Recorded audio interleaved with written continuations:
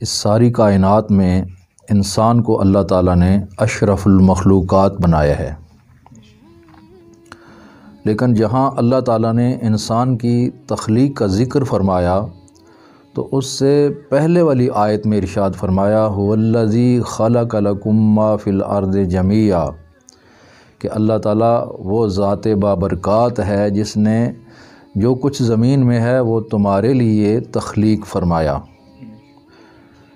ثم استوى الی السماء فسواہن سبع سماوات، پھر اس رب نے آسمان کی طرف ارادہ فرمایا اور ٹھیک ٹھیک 7 آسمان بنائے۔ وَهُوَ بِكُلِّ شَيْءٍ عَلِيمٌ، اور وہ ہر چیز کو جاننے والا ہے۔ یعنی آسمان، زمین، عرش، فرش، لوح قلم، جن و بشر، کائنات ارضی و سماوی میں جو کچھ ہے اللہ تعالیٰ نے وہ سب کچھ پہلے بنایا اور انسان کو بعد میں بنایا۔ تو سوال یہ ہے کہ اس اشرف و افضل اور احسن کو سب سے آخر میں کیوں بنایا؟ تو جواب یہ ہے کہ اللہ تعالیٰ نے کرم فرمایا کہ انسان کی ضرورت کی تمام اشیاء کو پہلے تخلیق فرمایا، تاکہ انسان کو اگر کسی چیز کی ضرورت محسوس ہو اور وہ چیز موجود نہ ہو تو یہ پریشانی کا سامنا نہ کرے۔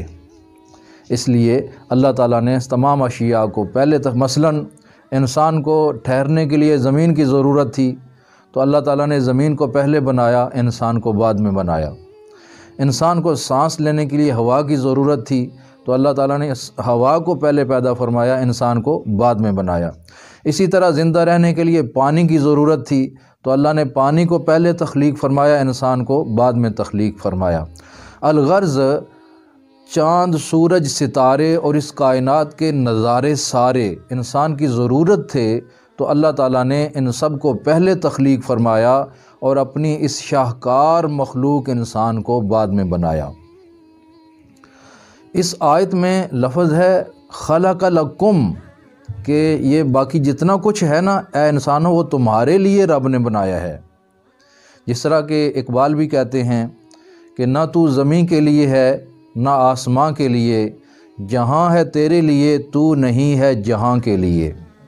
مطلب کہ اللہ تعالیٰ یہ فرماتا ہے اے انسان یہ سارا جہان تیرے لیے ہے اور تو میرے لیے ہے۔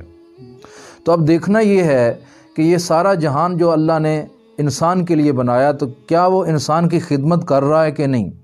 سورج، چاند، ستارے اور زمین انسان کی خدمت کر رہے ہیں کہ نہیں؟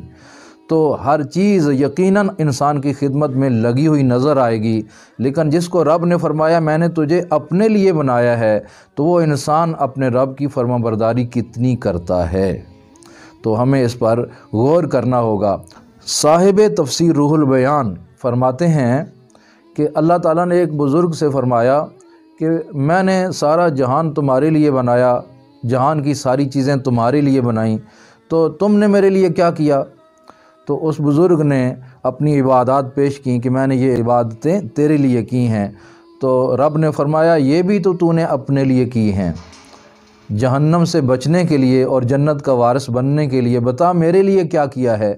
تو وہ عرض کرتا ہے مالک اور ملک پھر تیرے لیے کیا کر سکتا ہوں؟ تو اللہ تعالیٰ نے فرمایا میرے دوستوں سے محبت اور میرے دشمنوں سے عداوت۔